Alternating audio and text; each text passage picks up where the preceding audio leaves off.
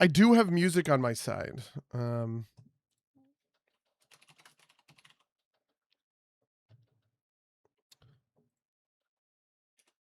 I did not. I don't have. I did not set it live for Discord. I don't have it live right now yet. But if the developers and stuff need music, then I can set that live. Yeah. We have a donation thing open. Oh my god, yeah, you're right. Huh. Yeah, that was from another game of ours. I would like to remove that. Yeah.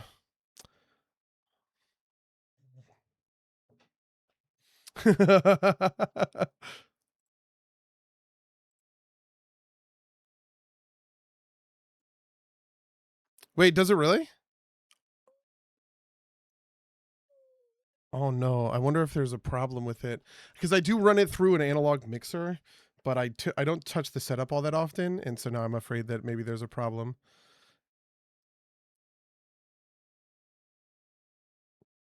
It sounds like I'm T-Pain. Why would there be an? I wonder if there is an if there's like a filter somewhere that I'm not seeing. Well, if it becomes an issue, I can swap back to my headset mic. Uh yeah, I'll be iterator buddy, okay.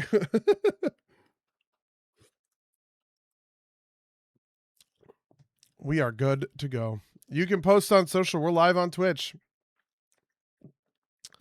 Hello gamers. Welcome to the chat.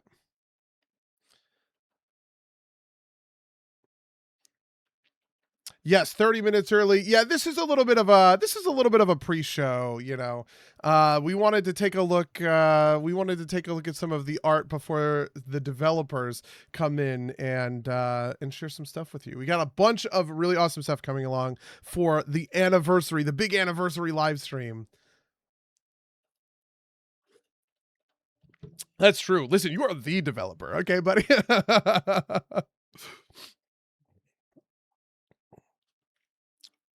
All right. Yes.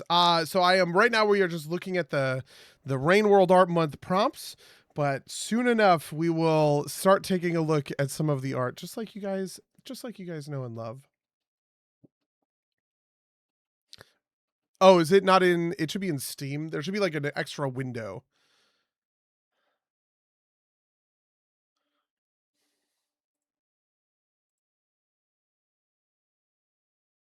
Yeah, camera. Ah.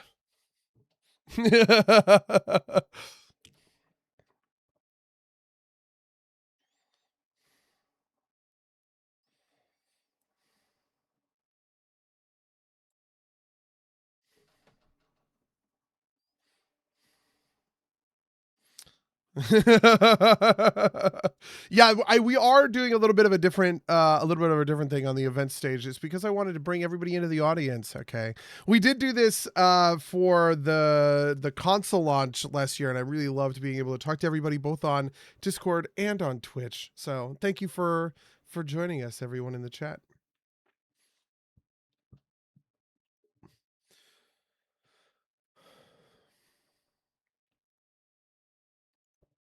I'm a little worried. Can you do me Riv on your screen? Do you have Art Steps that is running this chunky? Maybe you can run the art steps side of things, and we can key off of your screen instead of mine. I'm a little worried that because I think part of it is that I'm also streaming to Twitch, so maybe if I stream your stream, we can double up our our computer power here.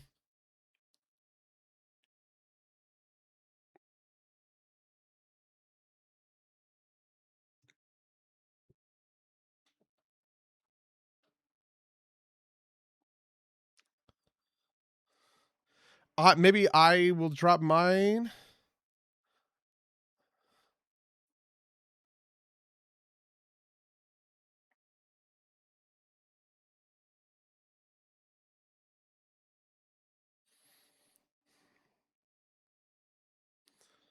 Oh my god, it's so much smoother. Yes, we are absolutely going to use your stream, buddy. Because my computer apparently could not handle it. Yeah, my 8-year-old computer with a 1080 handle it. You know what's funny? I don't even think I have a 1080 in my computer. I have a very powerful processor, but not a very powerful GPU. The frames. Buddy's computer was knobbing on the frames. All frames crunched. All frames crunched. Okay, Yeah, let me just get things set up. I know you guys are looking at a little bit of a... This channel is not public yet? It's could have sworn I made it public.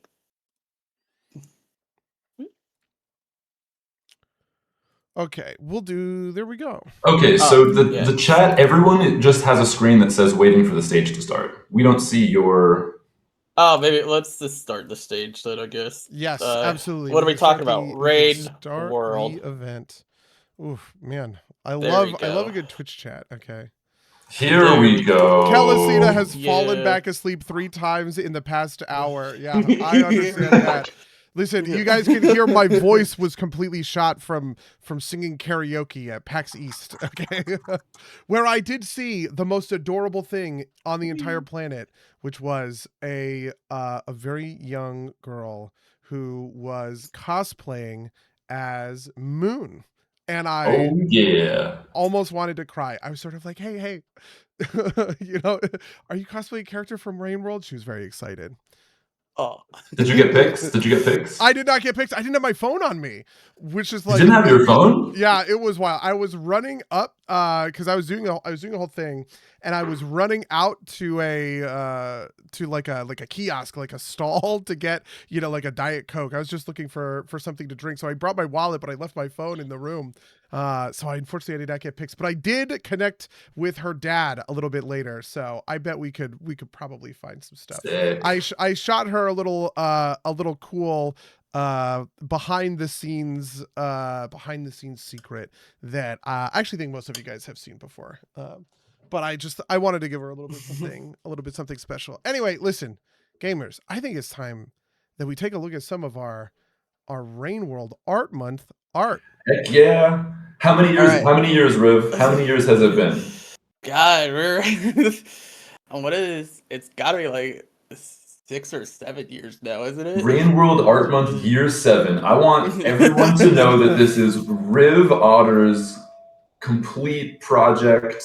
They've been killing it for over half a decade, bringing us the best Rain World art. Really amazing stuff. We love you, Riv. Yeah. That's what I'm talking about, buddy. Listen, James Barrow in the chat. Will Riv. Listen, I could not be more excited. Anyway, let's take a look. Why don't you get us started? Where do you wanna take us first? Well, we can immediately turn around and see. But what I did was I ordered it by day. Controls are a little weird. So like this day 1, and like obviously empty spots because I still have some space for day 30 and 31. We still have day 30 and 31 to get to. Okay. Yeah. That day 31 is spicy. I'm really excited to see the post for today. Yeah. So all right, we got the stowaways. Everybody's favorite cryptid. The favorite creature that may or may not be in the game.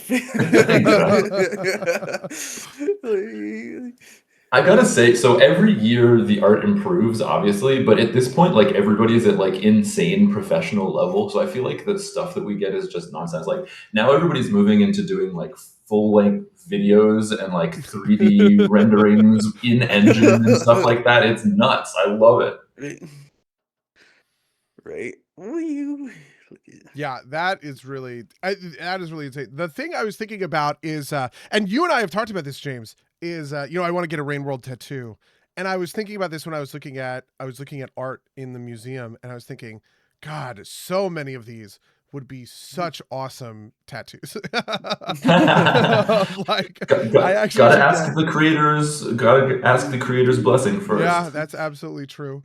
But you have an infinite amount. Yeah, part of it is because I think we all know, gamers, it is probably not going to be a surprise that when I do get my Rain World tattoo, okay, it is going to be an Artificer tattoo. And so when day 3 was the Artificer, and I looked at all of the art, I was really thinking, I was like, huh, I wonder if I should like commission somebody. Yeah, exactly. Hell yeah. Look at all these neurons.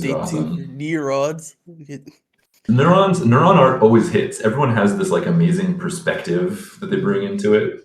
Right. Love it. All right, and then here's day 3 for Artificer. Okay,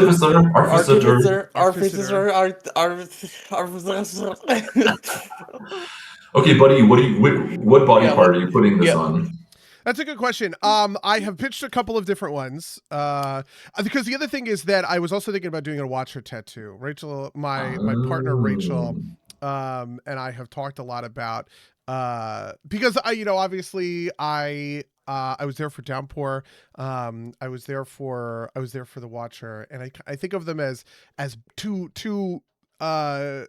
pieces of art that are just like incredibly important to me, and I feel like they would probably end up on my arm. The pitch that I had for Rachel was that I would do one on my left forearm, and the other would be on my left kind of upper arm, sort of by my shoulder. Cool. Because I feel like, okay, this one by Stickbug directly in front of us, that Artificer, that would go really well on like a forearm, I think. Right? Yeah. One of the things I love about that piece too is just the perspective of it, like out in the distance. There's sort of a layer, almost like parallax is sort of what I was thinking. It's a great blend of like a style that looks almost identical to the in-game art, and then also like a more fleshed out animated style, but it still aesthetically like works really well together. Yeah. I also love the way that people visualize the scar. The scar, that sort of patch is really interesting. That was probably my favorite thing about seeing the day 3 submissions. Everybody's interpretation of the scarring. That's cool. Yeah. I love that everybody in the chat is now. Listen, if you do you want me to crowdsource this? Should we put the Buddy's Rain World tattoo will be the first prompt, the day 1 prompt next year for. Ooh, that would be hilarious. Design Buddy's tattoo. That would be insane. I love that idea. I actually do sort of love that, to be honest. Listen, gamers, remind me the next time we do a live stream, okay? And we'll talk a little bit more about it.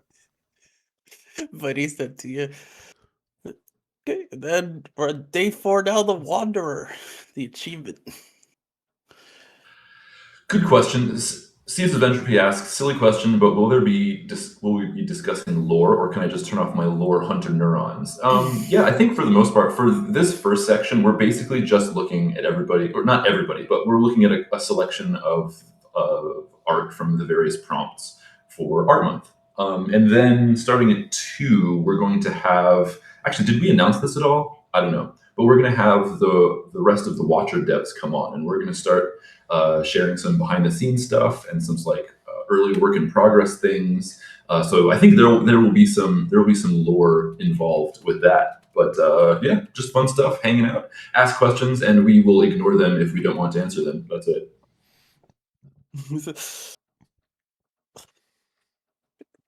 Ooh, that's amazing. Yeah, that is truly. Who is this one? It's from Liar Scale. Liar Scale. That's amazing. The Wanderer. Yeah. Oh man. So yeah, some of the everything is getting so like involved. Because earlier it would just be like, it would be enough to just have like a slug cat, but now it's like you have to have a slug cat that sort of represents every region and like every theme, and it's sick. I love it. Yeah. Right. Are we allowed to ask lore questions? Listen, you're allowed to ask whatever questions you like, guys. But I am sorry that we will leave you disappointed quite a lot. Yeah, you're allowed to ask questions, but we're allowed to completely ignore them. Yeah, we're allowed to just kind of let them go, I think is what I would say. So Day 5 is Salination. Oh yeah. Oh man, I was so excited to see all the new like Watcher art because I feel like the regions had very strong themes, like color themes, and I think people just went people went wild with it. Yeah, they did. Yeah, they did. Yeah, I remember last year for Rain World Art Month, we talked a lot about because the Watcher released on the anniversary, and we talked a lot about what we would consider for the Watcher, and we decided to keep everything from the Watcher really sort of hands off. We didn't want to feature Watcher stuff in Rain World Art Month. So this year when Riv and I were going through the prompts, I was like, listen, let's make sure we get some good meaty Watcher stuff in there, because I know that you guys must be fiending to take a look at the Watcher regions and all of the new content that came with the DLC. The Watcher art is so strong too because I think it like everyone's had years to develop the Rain World style, so now we get like a new we get like a new IP, and it's just like all of those skills come together. Yeah. I just realized they have the same art here, the same art here. Well, bad. You liked it? Bad. Yeah, bad. Tell me whoever that put this art is James Barrows, right? This is our. No, this is our. No, it's not. Oh my God! Okay, wow. I was gonna say this. It really reminds me of that very painterly sires from James. Listen, I'm glad that you had a good time, James, painting Watcher art. I think that's great. Hey, listen, are you gonna do another book this year? Let me know so I can get my pre-order in. Yeah, absolutely. I think they're gonna be messaging you about that, James, because they do say on stream, oh yeah, I gotta get your permission on it. They ask every year for you. So prepping you for that. Which James? This James or James Barrow? James Barrow. You James. James Barrow's gonna ask James Primate about permission about I will. The art book. I'll give you permission right now. I'll give you permission right now, my brother. Right. There we you go. Always love to see it. I streamlined it. Now day 6 of Wormgrass. Whee. Love it. This is why. Hang in there, Slugcat. Yeah, right. Hanging in. Boop. Ooh.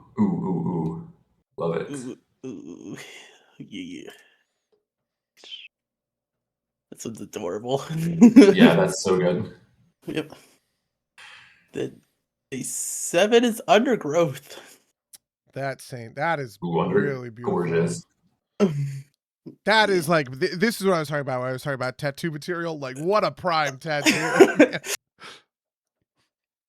But we're just gonna have Buddy. We're just having Buddy select the artwork, and it's just gonna be his whole body tattoo. You're gonna be blasted. Fully blasted. Listen, they already set the reminder for me, so I think we're committed for next year. Which is good because I have been talking about this Rain World tattoo for literally years at this point. Oh, his mic is going out. Oh no, Buddy, your mic's going in and out. Yeah. Going in and out. Maybe I will swap back. I'm a little worried about my mic issues. Maybe I will swap back. You know what though? The T-Pain it's not T-Pain anymore. You just sound like Buddy. Oh, really? I don't know what that. Oh, yeah, it sounds perfectly clean and clear. So just. Yeah, I was also wondering if part of it is because of my aforementioned karaoke voice. Oh. Ooh, love it.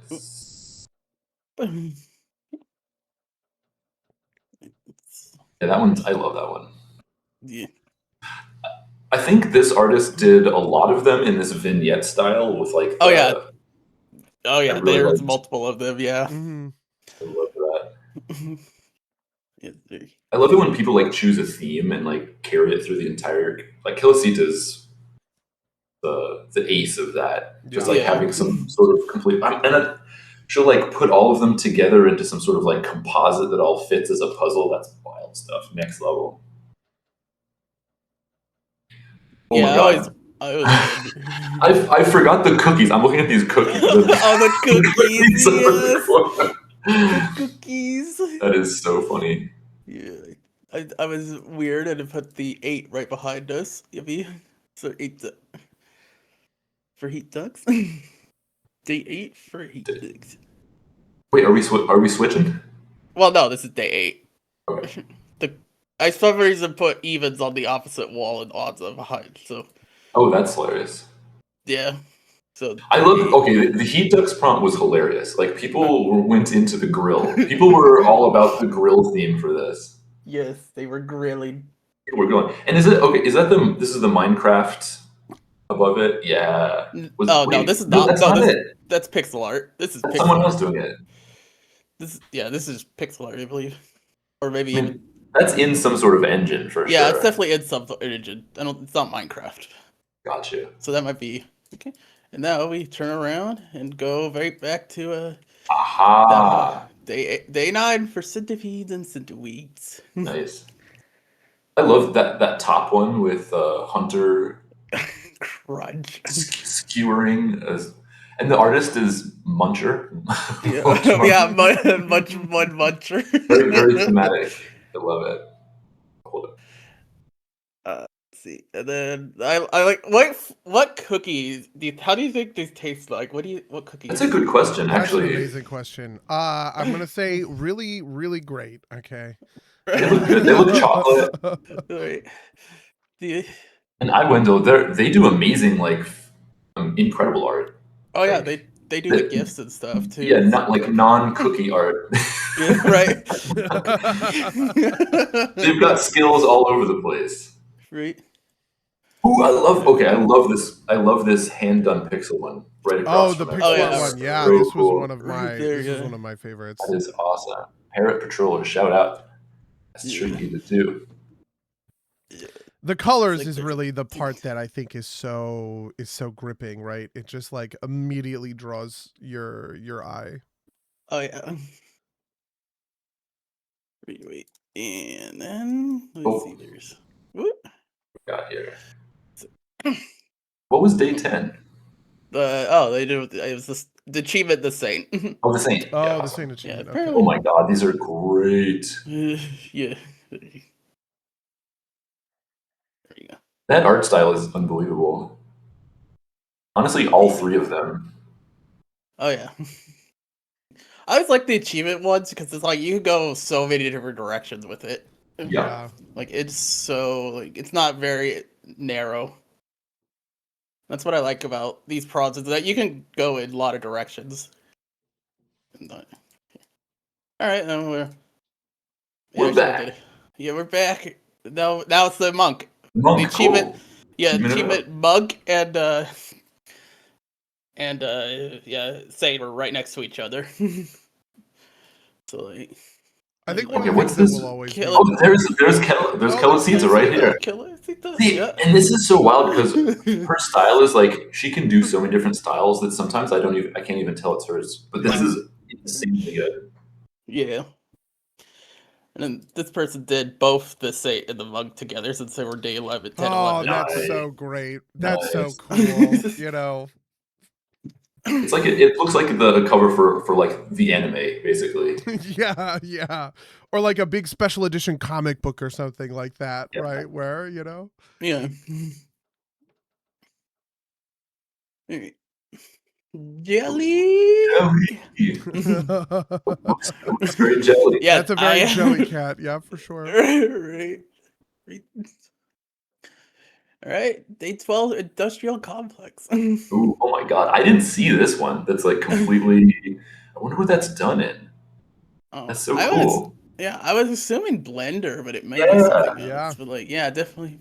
That's so fun. Taking the 2D aspect of the game and bringing it out into 3D is always like so cool. It's exciting. Yeah. Right.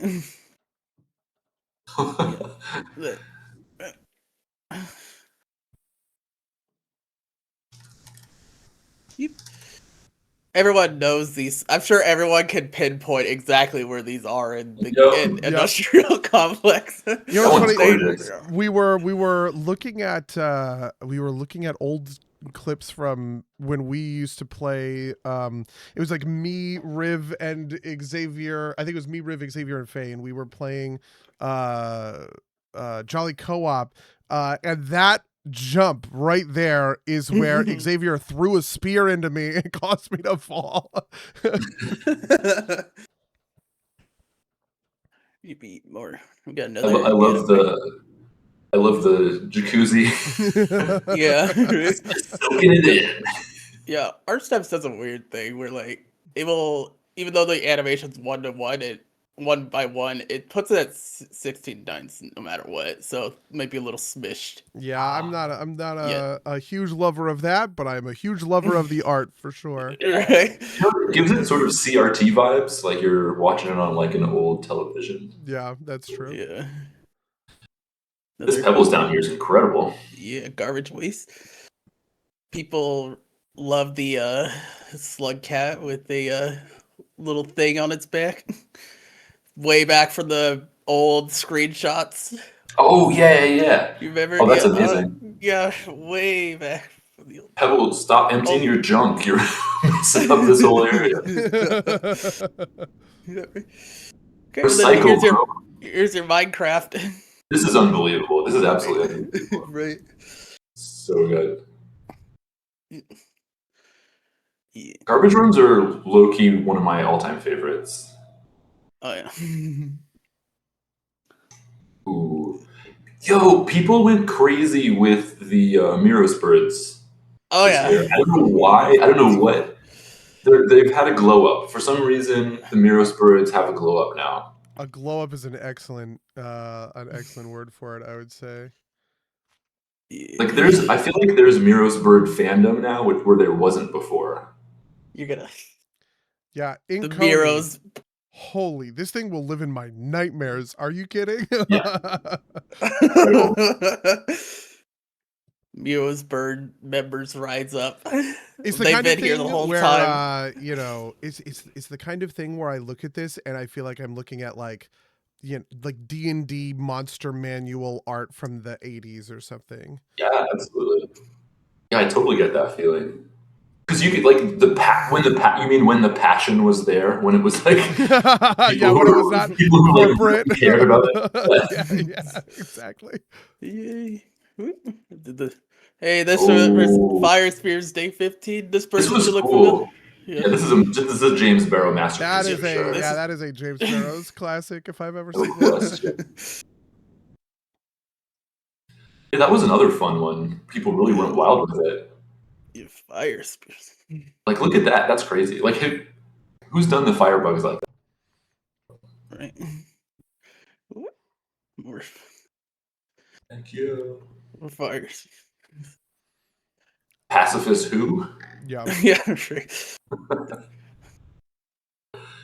Oh, I love that one. Birds, my beloved. Yeah, birds, my beloved. Okay, and then we turn around to read it. Yippee. I'll start with Who's this? Who's this? Is it a rib? It's a rib. It's a rib.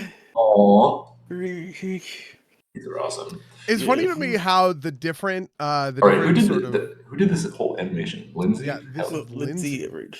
Go off, Lindsay. That's amazing. I feel like these are incredible. The different slug cats have sort of picked up their own sort of like art, you know, interpretations outside of the game. And I think people really like that Moon and Rivulet have a similar color story. Yeah. Like, and there's something about like the glassy eye as well. Wait, is that like a render? I think so, yeah. Right. Yeah, I like that. Blue sky. That's what we need. We need Rivulet jewel hangy things. Yeah, Rivulet earrings coming soon, guys. Yeah, oh, this is the graffiti bomb one. This was one of my favorite prompts. This was so cool. Graffiti bombs.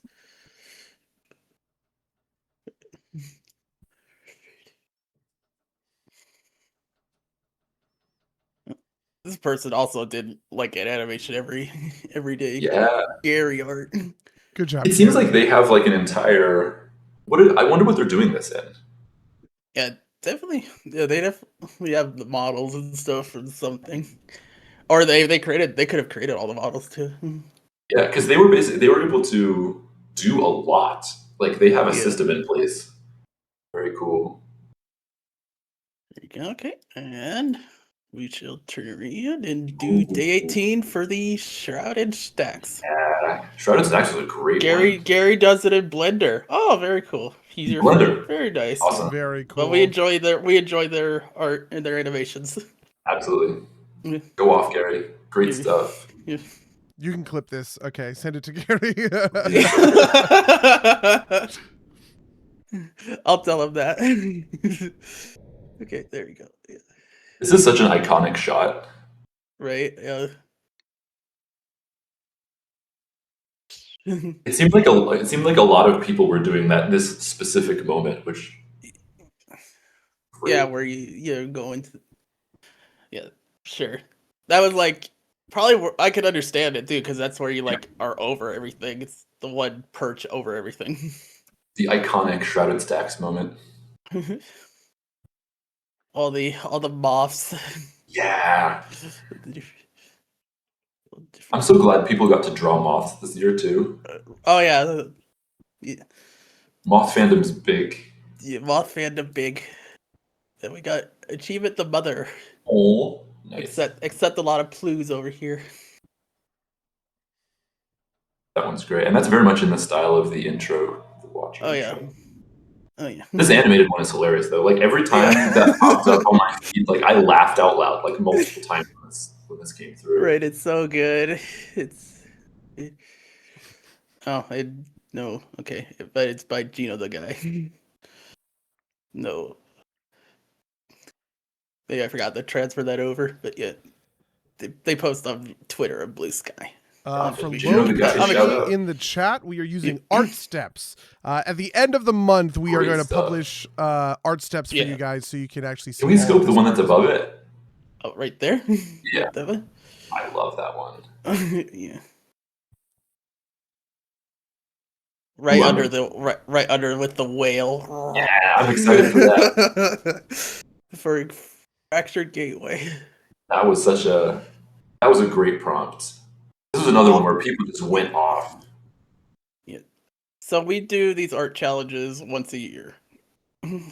But the community also, by the way, for Buddy and James, they're gonna do an art arena in September. They're gonna do a what?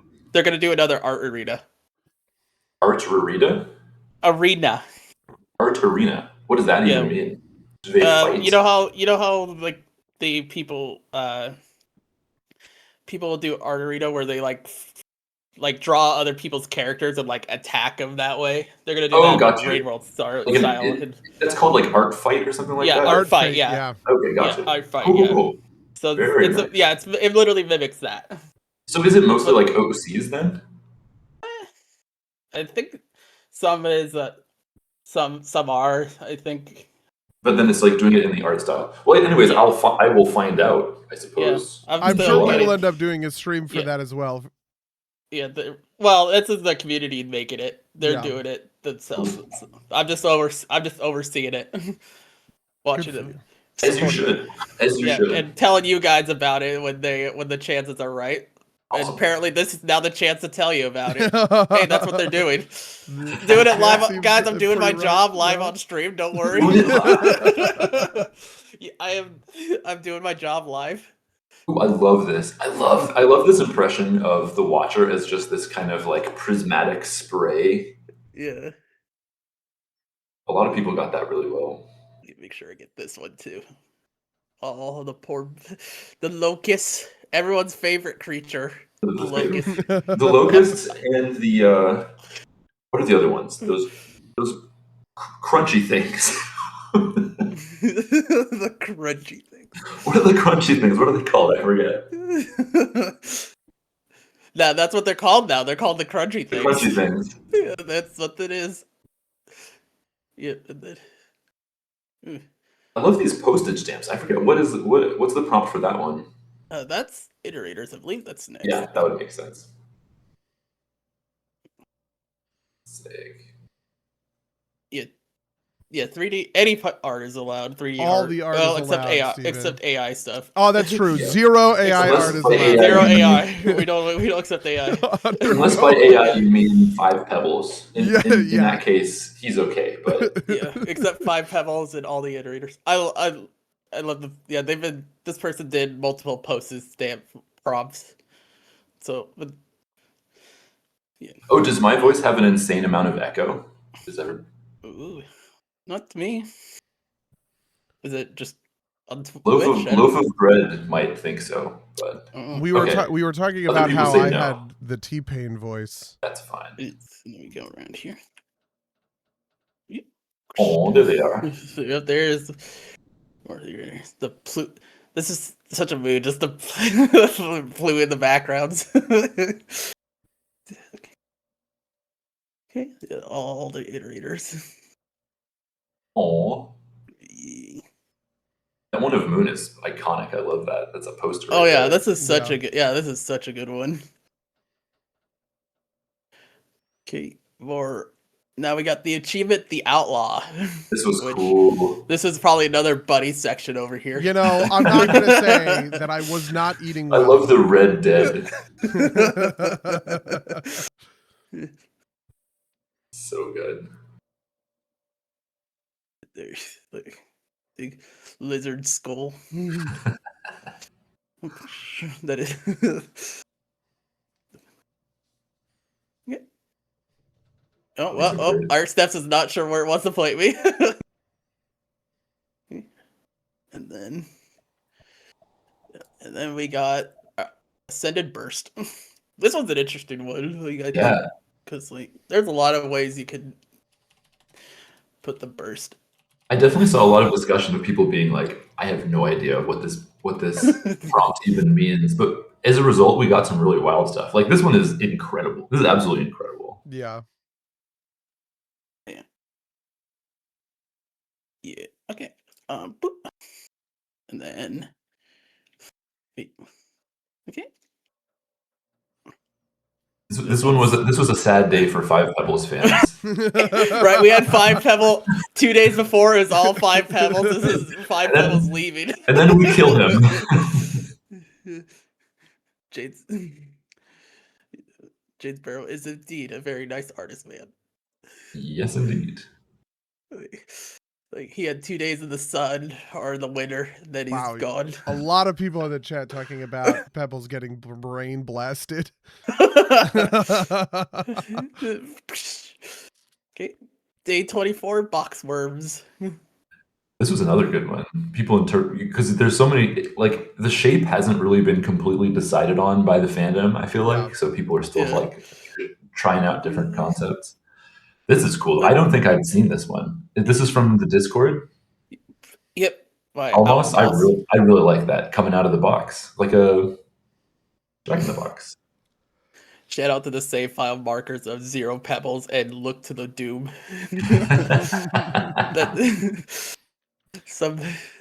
Yeah, I think the little motif in the Jack in the Boxes for the box 0 is awesome.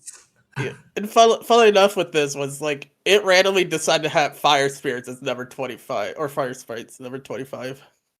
What do you mean it? Who's it? Aren't you it? Well, I mean the random number generator. I literally just throw all the prompts in a random number generator. I don't select like except for 28th, which is always the anniversary now. Yeah. I literally just have it because that way there's no bias or anything. The only thing is 2 prompts. The prompt cannot be in 2 consecutive months or years, I should say. Yeah, that makes sense. So that's the only that I just clean it up with that. But yeah. Cool. I love the 2 Boxworms kissing. That's very sweet. Yeah, right. They're in love. 2 Boxworms are very in love. They produce a fire sprite. Ooh, the Watcher with, oh my god, this one with the Watcher in the room and the stars. Yeah. That's incredible. Yeah.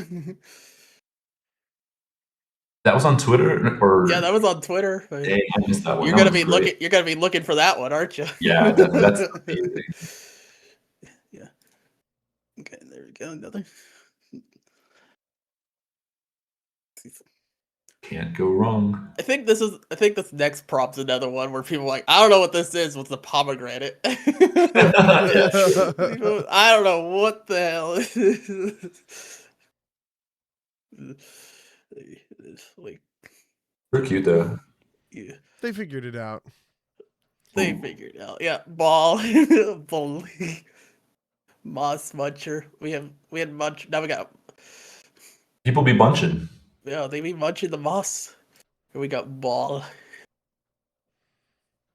Okay.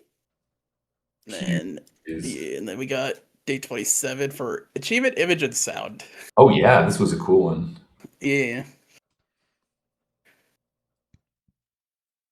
Oh, these are awesome. There's a lot. This was another one where I think people could have taken it so many different ways, but I think a lot of people really got the reference, like specifically the reference. Everyone's going to the specific room. I kind of thought people. Go ahead. Yeah, I feel like this is also one where people like, I don't know what this is, and then looked it up on the wiki. Oh, okay. All right. That's what it is. That's probably what it is. Right, looked it up on the wiki. Same with like pomegranate. Yeah. Okay, and then this is the room where I made the anniversary room because it's the nice. 28th. Yeah. Yay! Everybody. Happy 9th anniversary, Rainworld. Yeah, 9-year anniversary. Thank you, fans. Yeah, right. We wouldn't be here without you. We would not be here without all of you. Have you seen the Yoard post? The Yoard post is great. I don't think I have.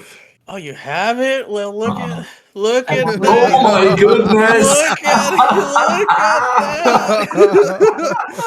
that. Like, this is incredible. Oh my god! All right, I'm. Riv, can you send that to me so I can post that on his wall like 1,000 times? Yeah, here. He's never gonna. I'll do it right now. I'll do it live on the. This is incredible. I'm gonna have this printed out onto museum quality canvas, and I'm gonna give him a big blown up version. There, like, all right. All right. Absolutely incredible. There you go.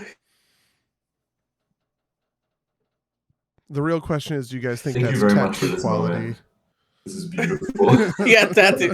You're gonna have your art on your arm or the slug cat. There we go, guys. We found the tattoo. We found the tattoo. Yeah, there we go. Just your I gotta post this to him right now. Yeah, there you go. I posted to you over Slack. Thank you. I got it. Because it's so. Here, I'll post it in the. There you go. There. Awesome. Thank you. People that want to give more love to that one. My God. I love it when people like a lot of people did all the slug cats, and I think that's really a great way too. Yeah, for sure. Also, shout out. I really like when people sort of have completely different body shapes for the different slug cats. Like that's such a cool extrapolation. It gives so much individual style.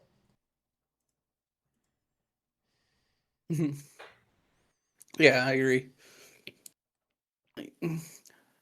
I should draw slug cats again one day. Okay, absolutely.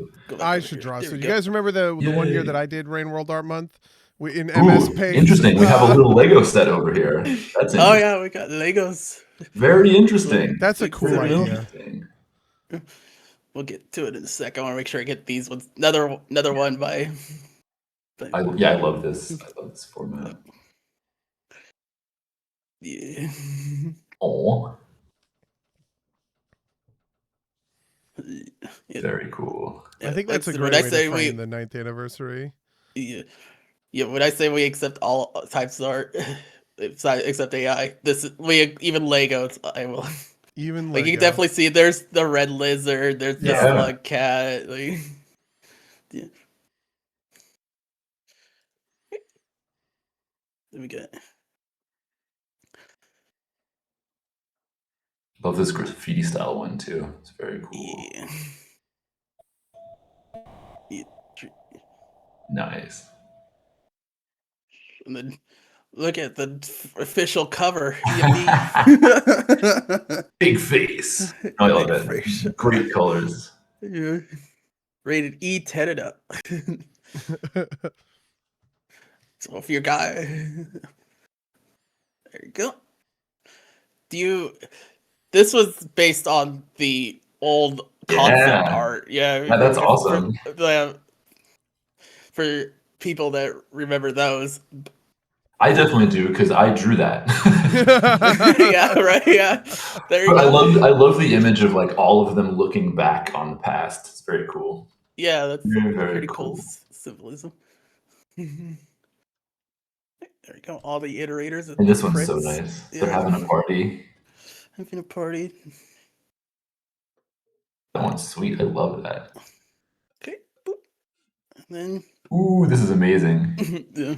Wow. All the Slug Cats again having different styles. The anniversary all looking like a bunch of little freaks. I love it. The anniversary is so good at like Rivulet as like a water dragon is like a really interesting concept. I love that. Yeah. Oh my god. Inv over there. Enot. Like, my god, that's terrifying. Enot would sound like a Skaven. Little rat mutant with a bunch of rat mutant, yeah. Gross babies. Right, then we got one more day, which is the 29th. Shaded Citadel. Awesome. And like I said, I don't have day 30 and day 31 in here, but I'll get that's that fun. in. Yep. Awesome. This is beautiful. Yeah. Such a good illustrative style. All of these. Yeah. Buddy, are you still here? Can you not hear me? I hear you now. Oh, I don't hear him. I've been talking this whole time. I'm so sorry. Can you get? Oh, I hear you. I'm gonna change, but I think this might be more microphone issues from my. I don't. I hear only Riv. Okay. I hear him. I hear Buddy. I don't at all. Do you guys? All right, chat. Do you hear Buddy talking? Can you guys hear me? They don't hear Buddy. Oh, wait. We got half saying yes. Oh. Wait, we got everyone hearing Buddy. Why don't I hear Buddy? That's crazy. You don't hear. Did you mute Buddy on accident? I don't think I did that. How did I do that? This is the true partnership. I don't like the way you're talking. Muted. I promise you, it's not muted. I just muted and unmuted. Wild. Okay. Well, anyways, right-click Buddy and check out volume slider. User volume all the way up. Yeah. Let's see. Hello. I hear you, Buddy. Interesting. They say that Buddy has to leave and then rejoin potentially. Okay. You want to do that thing? So just give me 10 seconds, gamers. 1 second.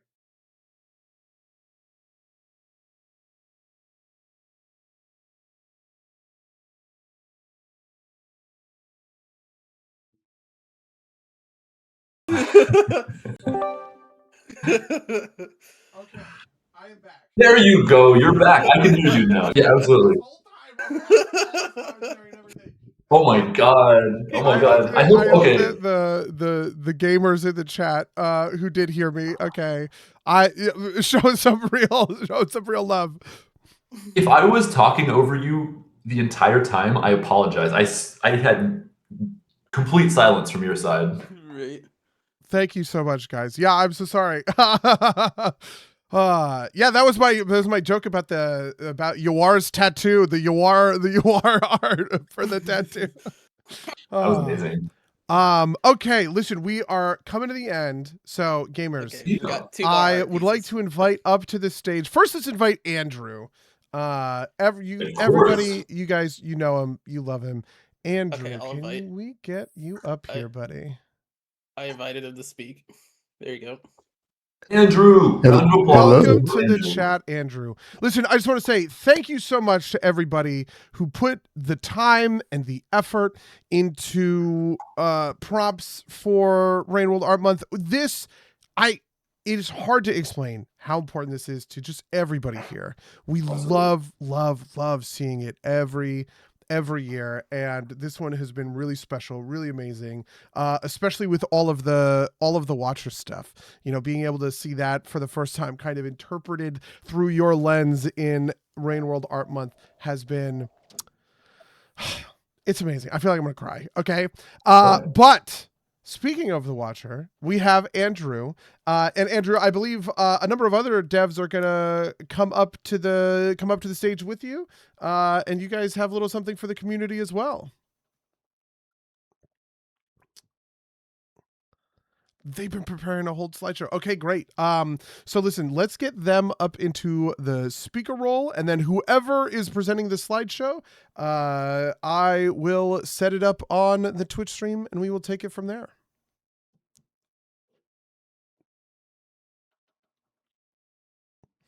Who is up?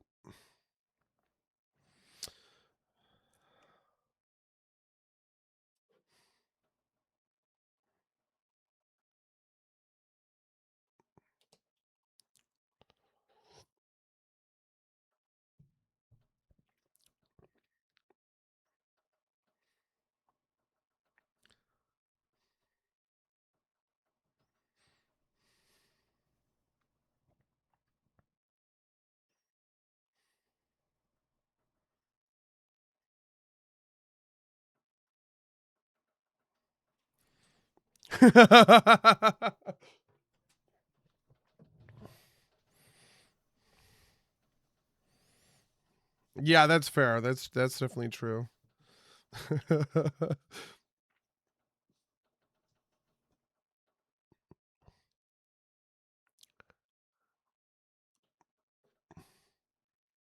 Hello, Fishnoid and Rat.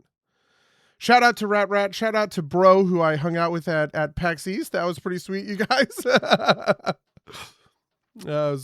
Yeah, that's true. Yeah, I did. I was the first to sign your Slug Push. I was really excited about that.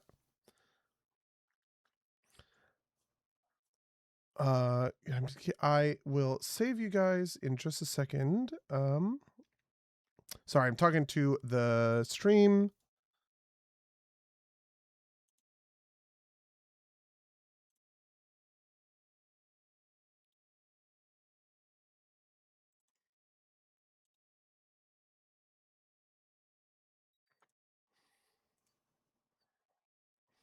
Bring on up Kiporo. We got the whole team. Pretty much the whole team.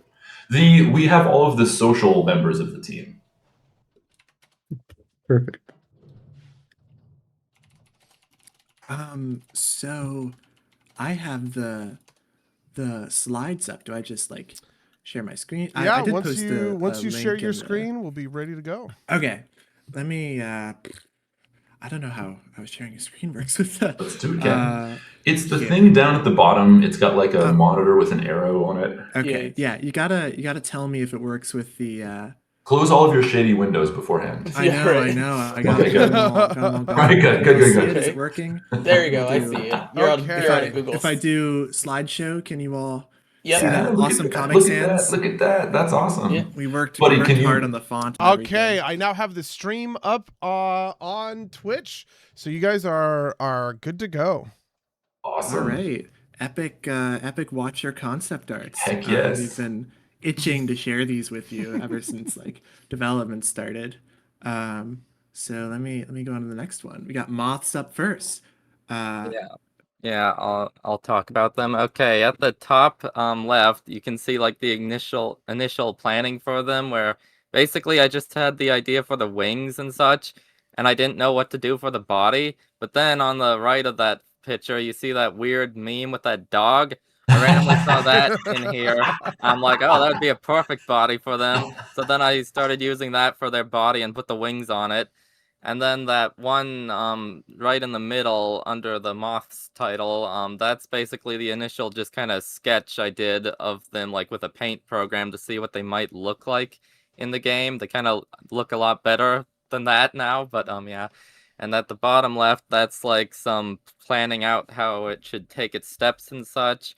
And yeah, it basically is pretty simple looking how it does it there. And the next one, that's after I gave it all 4 legs and got it walking along and such, and then I got it to have wings in the next one there and was working on its flapping mechanic of how it would do that, where it kind of lets itself glide down and such.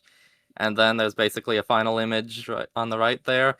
And then at the top right, it kind of shows the different layers of them. Like all the Rain World creatures are kind of made out of these Sorkle collider things, so that's what the first part there is, and those are what you collide with in Rain World when you like with your Slugcat. If you ever stood on a vulture or lizard, you kind of notice how you kind of fall into grooves on them. That's because they're kind of all made out of Sorkle collider things.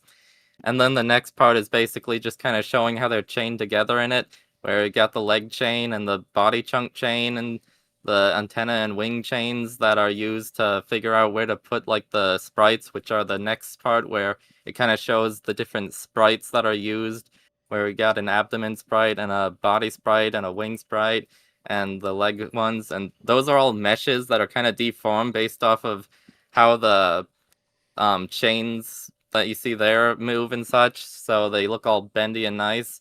And then it's got the final thing there, and that's probably it for this slide.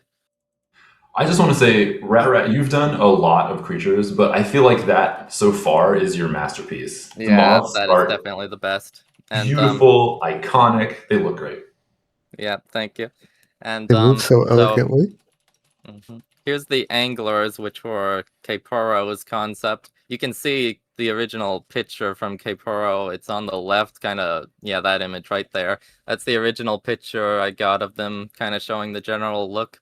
And then I kind of implemented them, and that's what they ended up looking like. But yeah, at the bottom left, you see like the initial stages of their development, where I was just kind of making their flippin' body collider thing and figuring out how the propellers should spin and such. And then the next one, I kind of built out the mouth and face of them and gave them an eye. And then I was figuring out how to place their teeth in their mouth, where it's just basically the one outer side of that circle that kind of forms their mouth where I place the teeth at. And then the next one shows it with the final teeth in it. And that yellow picture on the end there, that was me trying to figure out how I should build out the mouth to kind of form the shape out of just a few simple sprites and such.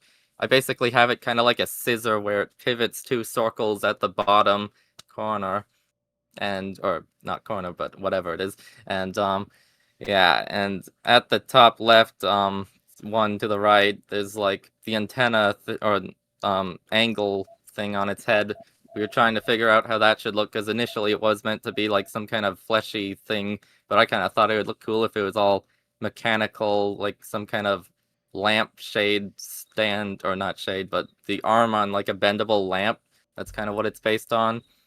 And then over on the right top, it shows the stages of its collider, and then like the sprites, which ones are used and such. And there's like, yeah, it shows the final one. Oh, that's a slightly outdated one of the final image I put there, but close enough. We made this real quick, but yeah.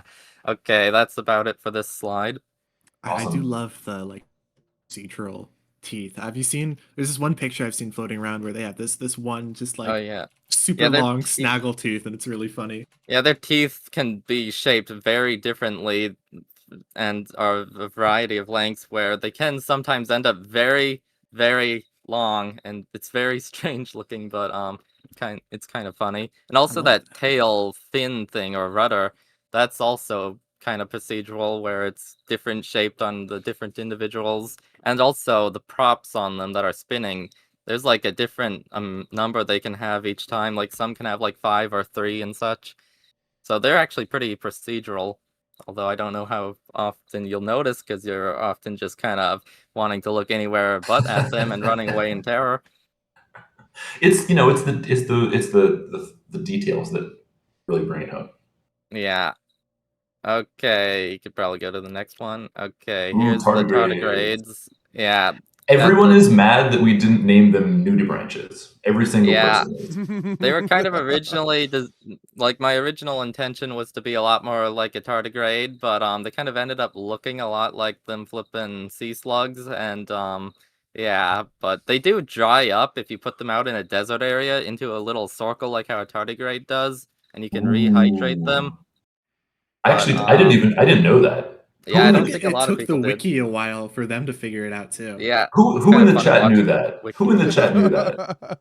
You all got to report what's going on in the chat to me. I can't see it. I can open it on my phone.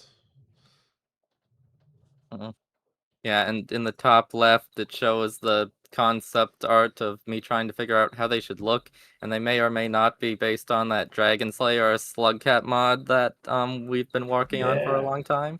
But yeah, and yeah, there's the initial stages of figuring out its movement, and there's also a thing that may or may not look like an unused creature that also shares like a ton of their code from early on.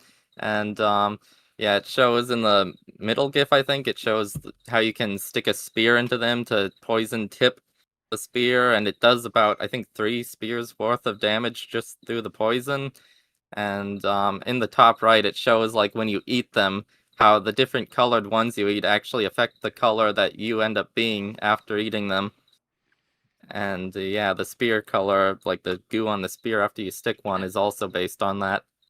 I don't think a lot of people realize that about them, but yeah. Also, I initially intended for them to be like the size of the slug cat, but James wanted them to be smaller because that area was kind of crowded enough with barnacles. Yeah, the last thing we needed was another creature blocking everybody's path. I think it turned out really well. They wound up being really cute. They were more like yeah, like lantern mice, sort of like lantern mice aesthetic, which I think is we could always use more of that. Yep. Okay, I think that's all the slides from me. So next, I really love theirs. the parade going on over here. So cute. Yeah. The march, yeah. Let's see what's next. Indigo lizards, fish note. Yeah, this is the one main creature that I designed.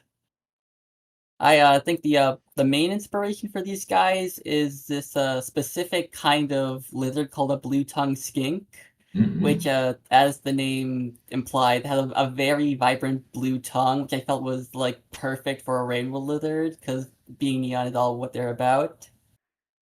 Though I guess a little bit later in development, Rat decided to spruce them up a bit with a bit of Gila monster inspiration, with that really big, robust head in the bottom left. Which I think was really smart. I think it's surprising that we hadn't already sort of explored that direction, because they wound up with a really unique look as a result of it. And yeah, I feel like these guys are like a culmination of all the different major desert lizards that exist. When I originally came up with these guys, they would have been eating all the locusts, so I had an idea that maybe their tongues were poisonous.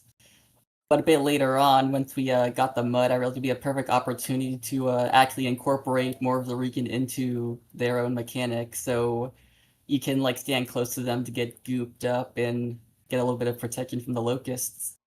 Also, when I initially put in the like splatter that you get from their tongue, I accidentally made it so every lizard's tongue causes you to get that, and it's based off of the like base color for the lizard.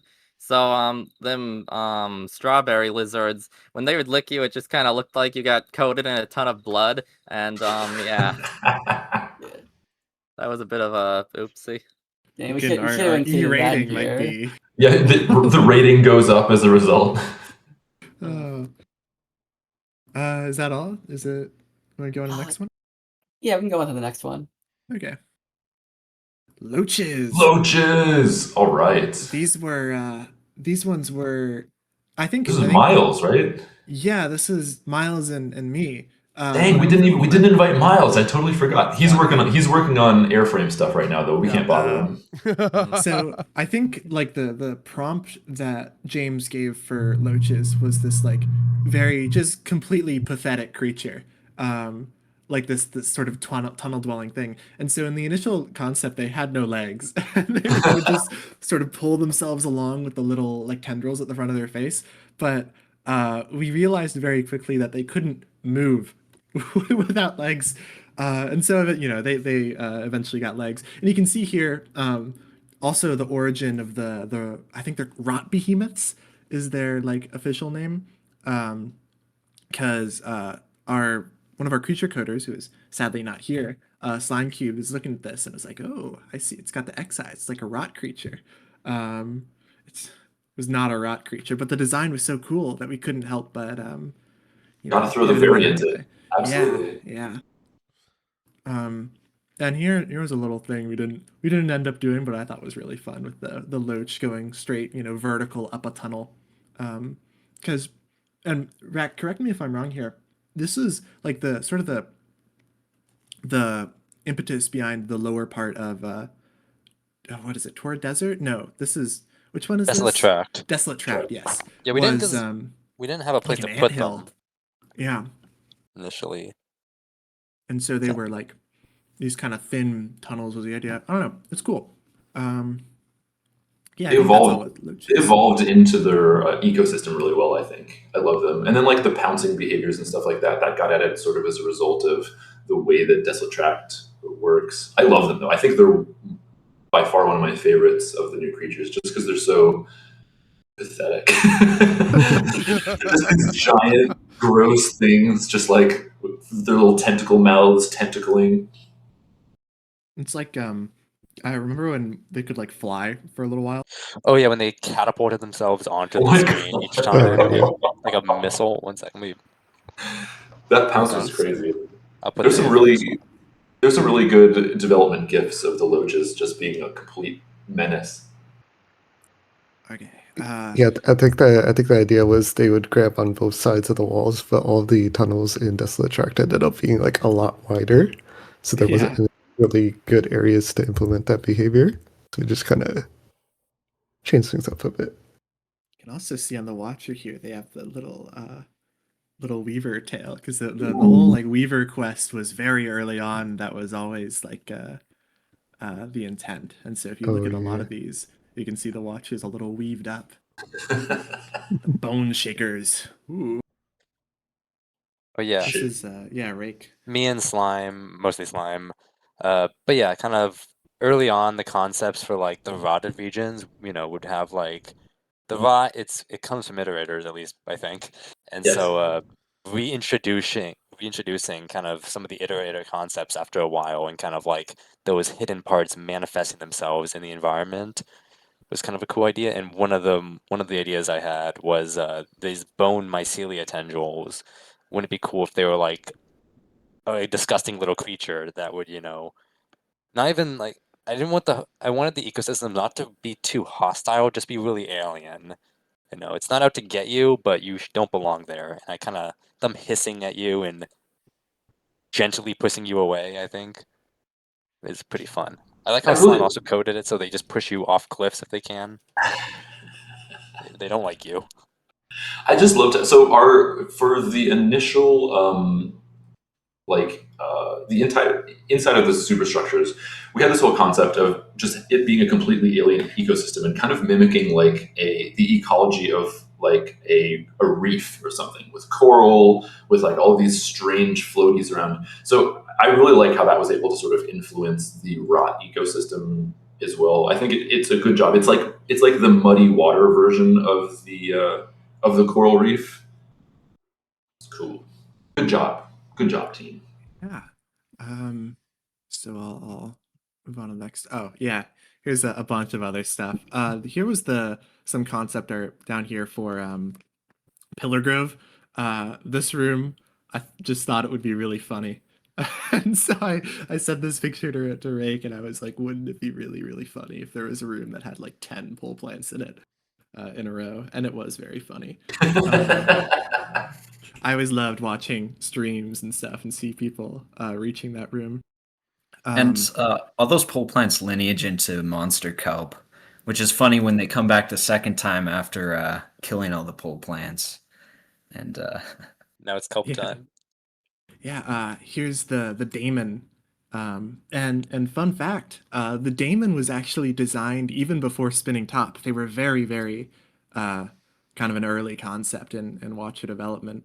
And they have like the funny threads. And sort of the idea behind them was I wanted to make a creature that was sort of on the same like that used a lot of similar design language to like a Voidworm. And so they're kind of this weird, disgusting, organic thing. And I love the way that they were kind of realized in the level. And here's some stuff for some like playing around with the Watchers final ending here.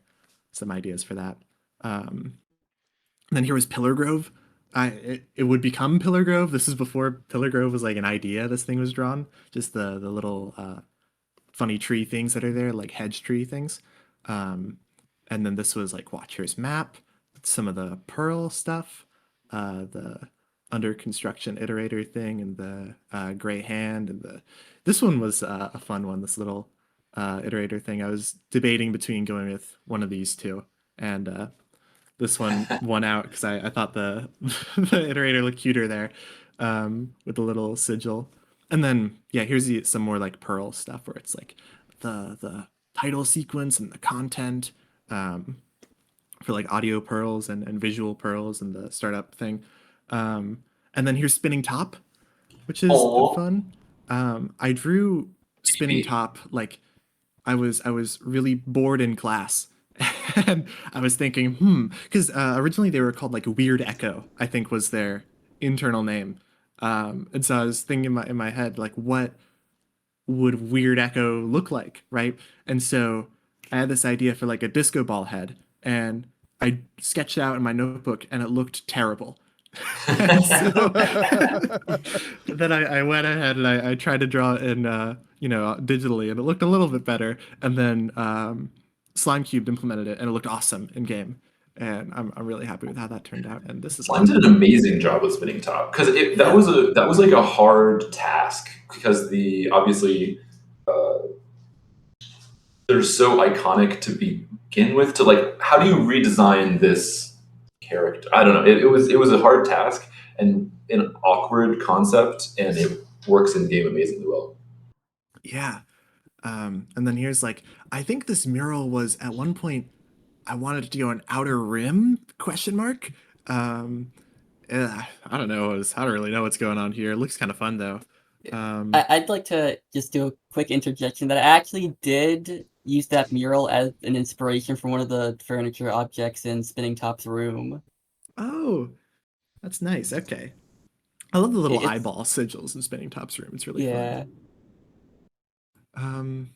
Yeah, I think that's there's the little Pearl 3 or Pearl 2, I forget what it's labeled as, concept art there. I think the internal name we had for that was Star Tapping, which is kind of fun.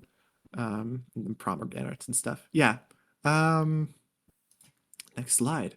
Additional critters. Ooh, yes. Yeah, so here's some whale stuff. One of the ideas that this one was deemed too similar to a Leviathan, I think, with like a sign face. And then the like giant one in what is it? The Shattered Gateways. Yeah. And rats here. Bunch of them. The head of the peach lizard, right? Yeah. Also, those rats, that ancient urban area, I kind of wanted to make the moths that are with them and such. That's kind of supposed to be like seagulls and rats or something in a city and such. And I kind of, with the small moths, I kind of wanted to make more of a connection to you and the ancients that are above in that place. And I was trying to think of what to do to bring that connection kind of there. And I was like, what if you see them flying around with like French fries or something? But then I was thinking that might be a little strange. But then I came up with the pigeon leg rings idea that they have. And that's where that came from. The French fries, that would have been amazing. But no, it's a bit on the nose. You're right. I think you did a really strong direction. And it's so fun, like the moment where you're like tangling with the rats in the sewer, like that like really brings all the themes home from the original one for me. So I appreciated that a lot. I think you should be able to see the moths carrying like a McDonald's burger in their mouth as they fly by. Also, those rats, they were made by Slimecube, and when I saw there was going to be the concept for rats, I purposely wanted to see someone else make them because I already made rats in a different mod, so that was interesting to watch. Ooh. We have Rat, and we did not have them make the rats, just let everybody know. Yeah. It's a shame. Okay, next slide. Aether Ridge, Caporo. Beautiful. Ah, perfect. Oh, okay. All right, so Aether Ridge is something that I've been working on for a pretty long time. So you could see in that bottom right, that's a picture I drew back in 2018, where I was mapping all the areas, and you had like the brine network, brine pipes, salt pipes connected back to the base game. And if you look just above that, that was my original block map. Back when we were still just kind of figuring this thing out, and it was only 90 screens back then. If you look at it now, it's almost 600, which is just a massive amount, which is why when you look at them all stacked up on top of each other in the picture above that, it's just a mess. So my bad for whatever became of the map in game at the end of all of that. But part of that was so you could have a lot of cool depth where areas would loop back on each other. So that was something that kind of built from the very beginning. Like if you look at the top right-hand picture, that's an area in heat ducts, but in the very distant background of that, there is actually a Ridgeworks room that you can explore. So there's like 15 or 20 different areas where you can see other regions in the background. And then when you compound that with the changes that happen in different versions of each area, it becomes extremely difficult to organize all that. But that's why it took a lot of time to get things done. And when I first started doing this, things like adding screens in the back of other rooms, that wasn't something we really had, and now it's kind of incorporated into DevTools. Same thing with like the balloon lighting that we use for fog and like that tramways room.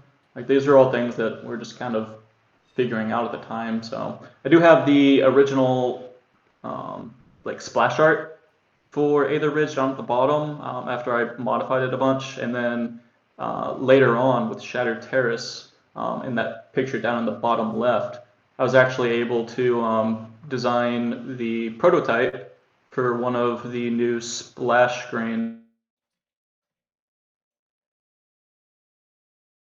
A ton of players would get to Spinning Top's location if they could, right? A lot of times, like there was a lot of janky, hacky kind of like movement tech where people were like getting to Shattered Terrace like before they actually had any abilities built out. And then if they somehow got through that, then they basically got to this unsatisfying point where they had no idea where to go. So we had that last minute idea working with Bro and Dell to get splash art that would kind of tell you what your progress is, which I think was pretty successful.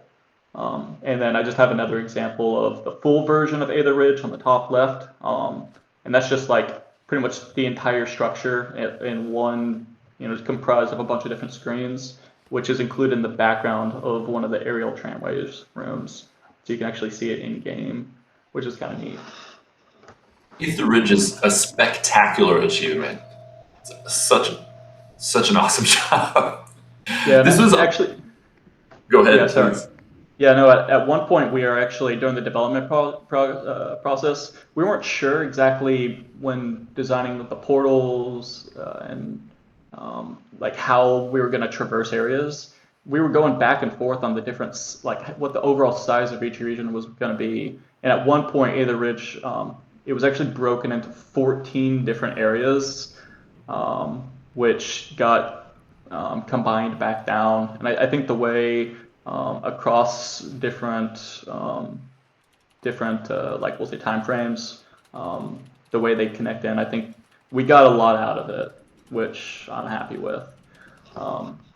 And then not pictured here, but there were some creatures that originally came with Aether Ridge that Rat worked out, but we kind of built out the prototype. So the original creature models for the blizzards, the basilisks, and the rot lizards were pretty much live and functional at that time. But we actually had a really I think we got a ton of like cool ideas cooked into the new version of like the rotted lizards with the different variants of them and stuff. And it basically like it was like starting over, but we had a really cool foundation to build on top of.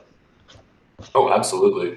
Can I take a moment on here? Because Aether Ridge was one of the mods that I first saw that kind of put me in the direction of the Watcher. Like, I had a bunch of narrative things that I wanted to do, and a bunch of sort of like conclusion to threads thematically that were in initial Rainworld. But one thing that became really obvious is that like the mod experience is such a tremendous part of Rainworld, and I wanted to sort of create something that was like a framework where we could have a narrative coming from through the original game that allows mods to exist and allows them to exist sort of in canon, if that makes sense.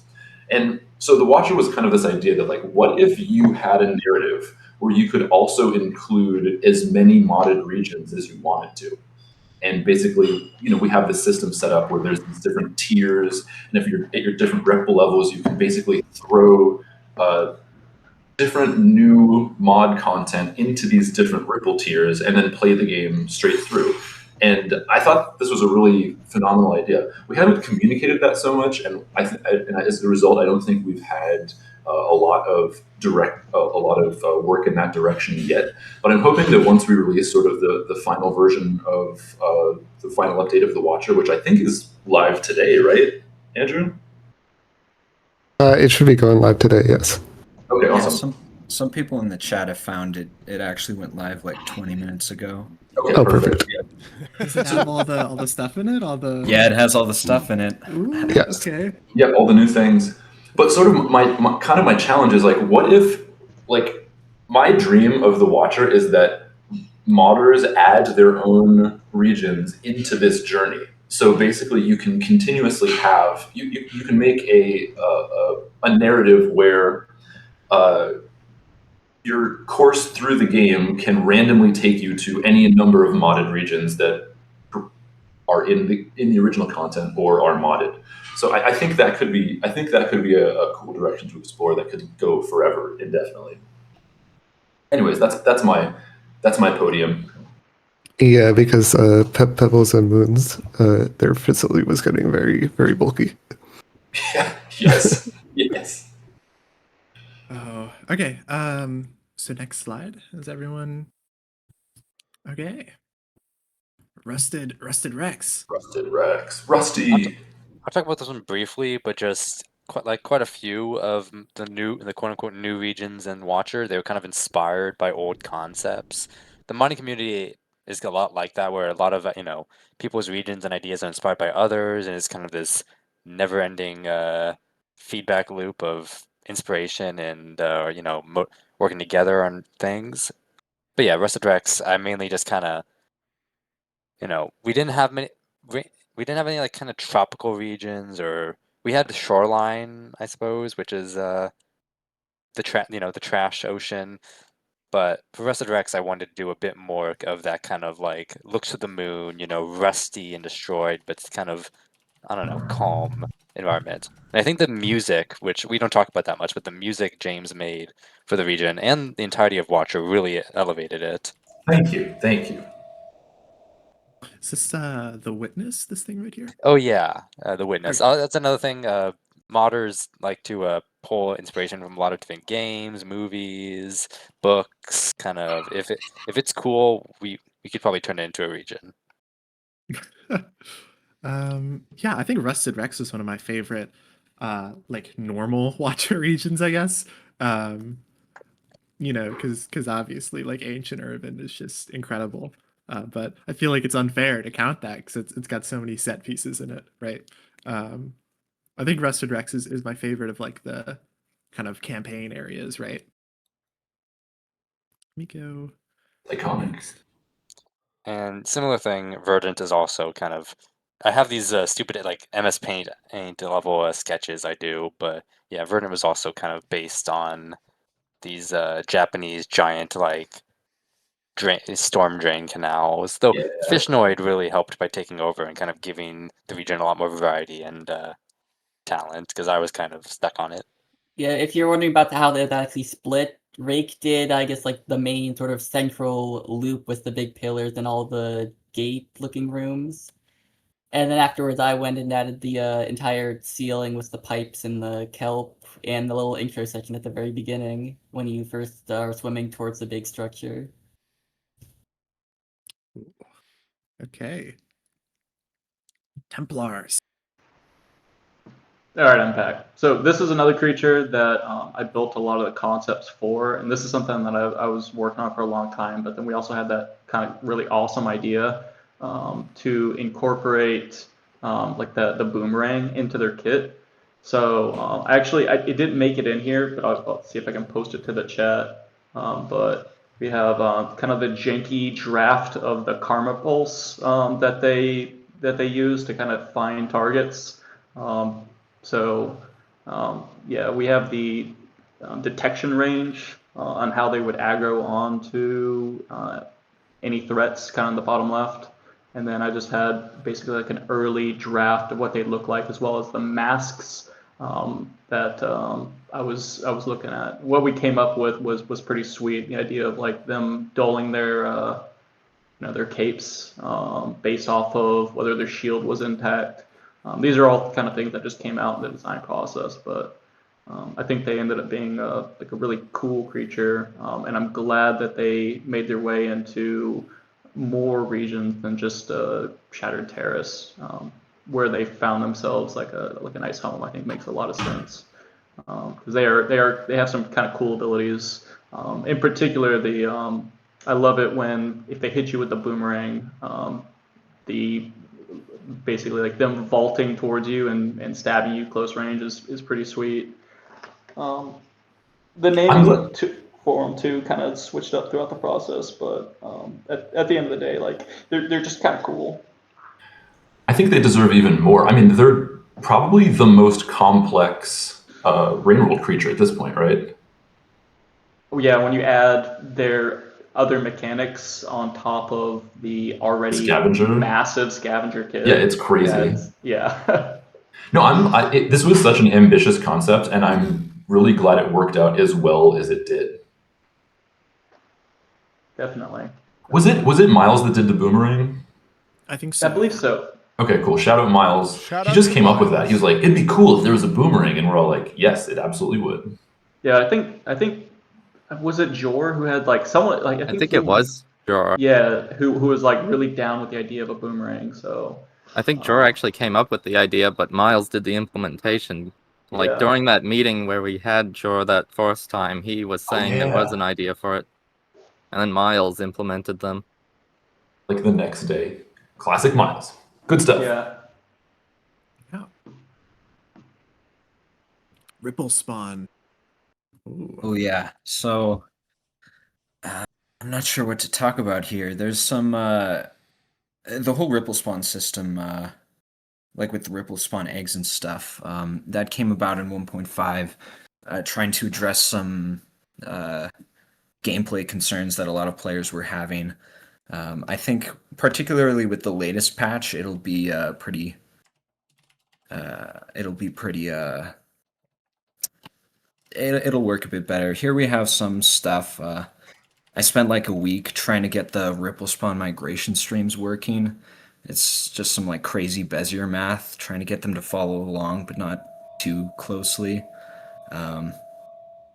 With the dial quest in Outer Rim, originally you can see the MS Paint concept over there, where it like these rings would fill up and the sand would lower until you could go down into some like deep dark room where you have to warp out. We ended up changing that to like you go up to the top of a tower, which I think is a much cooler set piece. Yeah, up in the top right, there's some a little bit of concepts that should be in the game now. Wonder what that could be.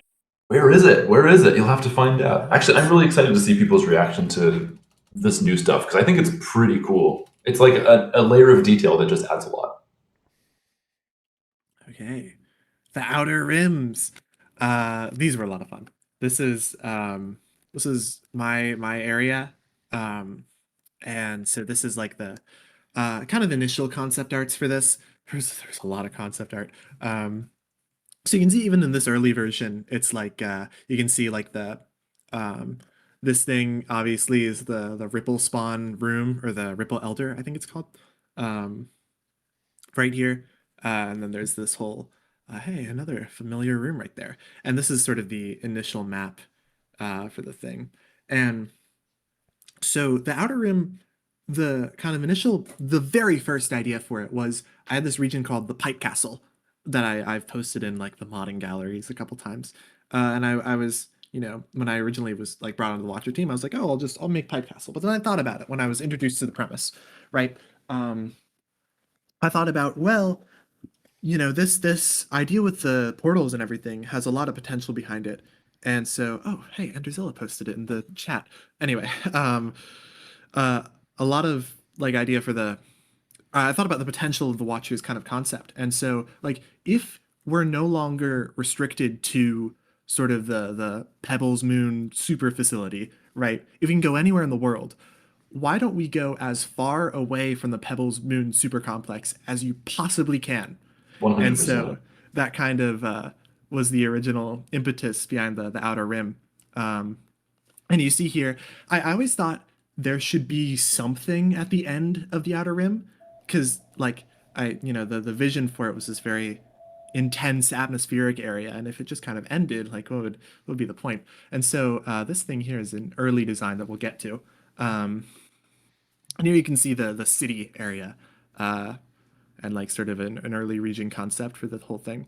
And then here's some more stuff where the Outer Rim map, and then the can of the we'll get to it. And so you see, like, here's the sort of tile set concept art. This is inspired by this movie called Angel's Egg, which is really, really fantastic. It's got this like wonderful art style. It looks beautiful, and I thought, it had a similar kind of vibe that I wanted to give off with this region. These things over here are called Karma Javelins, and they're this idea that kind of came to me in a little bit of a dream, a little Rain World lore for you all, little dream premonition. And I think they're pretty fun looking. And here is the sort of thing I sketched out immediately. And this is a little map of the world that was drawn by Rake when they did some work on the design of the area. Yeah, Outer Rim, like, making it is hard because it's so much. It's so like, you really want to do it justice. The massive desert with ruins, the city around the Starcatcher itself, and then the thing we'll get to. And so just kind of, it was a bit of a challenge, but also quite fun, just kind of planning it out and seeing how it's going to flow, especially with like, all the wacky travel stuff that, is in relation to it. Yeah. And then here you have some stuff where it's the background and the dust desert and maybe some kind of encounter here.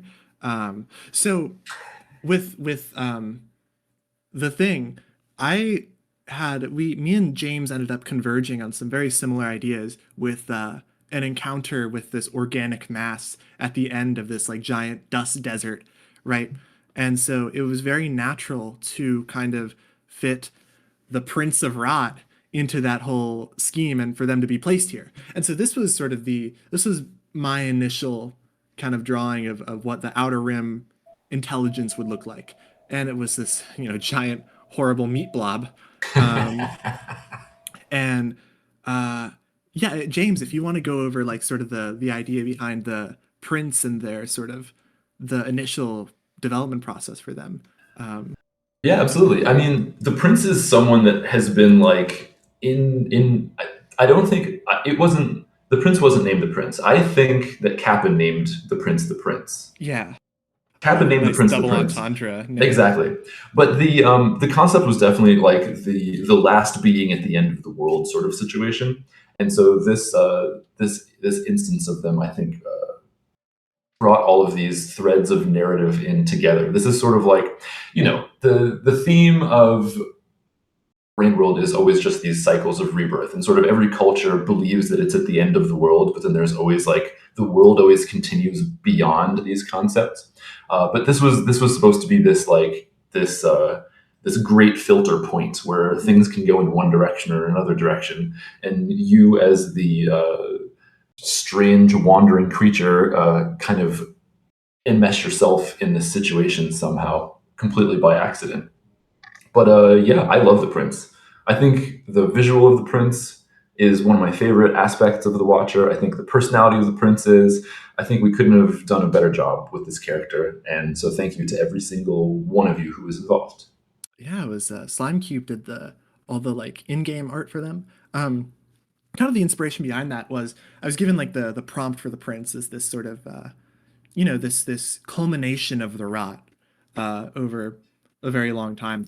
And so I was thinking about that and sort of this idea that I had that created his whole aesthetic or their whole aesthetic was that I was looking at a rot bulb, right?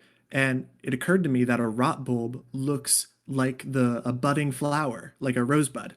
And so that idea of this elegance and this beauty and decay was what inspired the prince's whole like flowery aesthetic, where he's like, we wanted to create a contrast with like pebbles because it's a very similar sort of encounter with you climbing this grand structure and then meeting this thing at the end. And so like Pebbles lives in this sterilized, clean, like laboratory chamber, right? There's no stains, everything is perfectly smooth and shiny. And the prince in comparison lives in like this kind of meadow that he's grown that has like flowers and it's this beautiful, maybe not beautiful, but it's full of nature, right? And so that also kind of the whole thing with the karma flowers sprouting from the rot bulbs was another sort of thing that was based off that rot bulbs look like a flower bulb, right? And this is an early idea with oh no. Okay, it's over. We're done. No, I pressed the button on my mouse. Slideshow. It's loading. So. Oh no! You're not supposed to see that yet. Oh no. We'll get there. Professional streamers. Professional. We're very professional. Anyway, Control Z. Back to where we were. The idea of the prince kind of overlooking the great beyond was a very early like vision. And it was decided that the prince should have like a throne room because that was very appropriate. But when we were doing the final update for the Watcher, it was very appropriate that like, you get to see the prince's ultimate fate, I guess, at the end of everything. And like, yeah, there was some stuff where their specific shape of their flower petals was inspired by a thing in Bloodborne, right there, and then the little weaver cat down there. Yeah, that's the thing with the prince. And then, I don't know what this is about. I don't know what's going on here. Something suspicious. Ooh, okay, this is Rake, I think. Everybody just like mashed print screen, Yeah, and just I don't know what else to put these, but these are just some more concepts we had for both Unfortunate Evolution. We don't really have any I don't know, do we have concept art? Maybe Slime made it of the rotworm. But yeah, I think that was done so quickly and like so perfectly. I don't think there even was concept art for it. It was just like, bam, we had a rotworm. I remember there was a lot of discussion about separating Unfortunate Evolution from the rot and More Slug Cats, because they're obviously like if you describe them out loud, very similar kind of concepts, and so we wanted to distinguish them a lot. And I think kind of the husk appearance that we settled on, this calcified like nothing, really worked, and it really made the whole set piece kind of fit together with it's a great sequence. I remember when I first threw it, when I first went through it, I knew it was going to happen, and even I was like spooked by it, right? It was really great. You did Rake did all that, and it was a wonderful job. Let me go to the next one. Oh, Lobe Trees and Barnacles. The Slimecube's not here. Everyone's favorite creature, the barnacle. Yeah. I love the barnacles. I want to go on record saying that the barnacles are amazing. Look at how 3D these are, and all of sort of like the interactions possible with them. This was Andrew's creature, and I stand by the barnacles 100%. I deeply love the barnacles. Let's all say it in unison now. Thanks, Andrew. Thanks, Thank you, Andrew. There was a cool unused concept with the barnacles that sometimes when you killed them, the idea was you would get like a piece of their shell and you could use it like a trumpet. And you could become like the pack leader of the barnacles by leading them around with the trumpet. Why didn't we do that? I know, that's it's such a good amazing. idea. Listen, each individual like tube could play a different note, and then you get in there with Oh Jolly my Co-op and you make little God. chords. Oh my god! Come on, Yeah, it sells depends on the itself. size of the tube. What have we done? Have we not done? Yeah, new DLC, the Duder. Okay. Guys, we gotta leave some room for the modders. We can't that's give true, it to the that's great idea. We can't do every great idea, right? Wasn't there an idea to get a horn from them or something that you'd use? Oh wait. Yeah. Oh, there was. I remember when we were initially talking about them. There was like, I think one of the things is they were like a living termite mound. Like they were because, like a termite and the mound in one creature, where they kind of formed. That was sort of the thing where they formed these big walls, right? Yeah, so a lot of the creatures in Watcher came out of one particular session where we were just brainstorming a bunch of ideas. So like, I have on here, we called them smaller ant-like creature that forms barnacle walls blocking routes, and players can peel them off. And that was coupled with talks about insect swarms, whack-a-mole creatures, and slow-moving wisps. These all turned into the locust swarms and ripple spawn and all these things. So like one session, we got a ton of really cool ideas out there. It just took a while to develop them. Yeah, As it does. they're so 3D looking. I'm mesmerized. I can't look away. So I have to ask, how many more slides do we have? We're not too far away now, I think. Okay, because we have another section after this, which is Harry's merge corner. True. Okay, we can go a little. Yeah, we can a speed little up, yeah. faster. There are 4 Loach more missile. slides. Oh, here it is! Here we go. Oh, This was worth it. it. This was worth it. There they go. Oh, unused concepts. Yeah, here we're nearing the end. Yeah, it's nice that we mentioned the little creature brainstorming session, because at least right out of that, one of the things that we agreed upon was having a really big crab, and obviously that ended up leading to the drill crab. But my interpretation of that prompt really early in development was a big sort of a spider crab mixed with a decorator crab that could give you items if you gave it food. And right next to that is a idea for a like water lizard that would replace some of the lizards that were originally in the modded version of Turbulent Pump. And we didn't use this one specifically, but that was if you might be able to see, it was the basis for the peach lizards that we ended up adding back to the game. The head was too good not to use. It's really nice looking. It's what's the lizard called that it's or the fish? Diplocalus. Yeah, love that guy. Classic prehistoric animal. This is the grapple snake, which still kind of exists in the code. They moved really in a really janky way. There was the idea was that if any of you have ever played Carrion, they'd move very similar to that. But implementing it was like it was really difficult. At one point they had legs so that they could like orient themselves better, because they have this like giant tail but they can only move from their head. And so what you ended up with was this tail sort of just limply dragged along their butt. And it didn't really look very good at all. They're supposed to go in signal spires.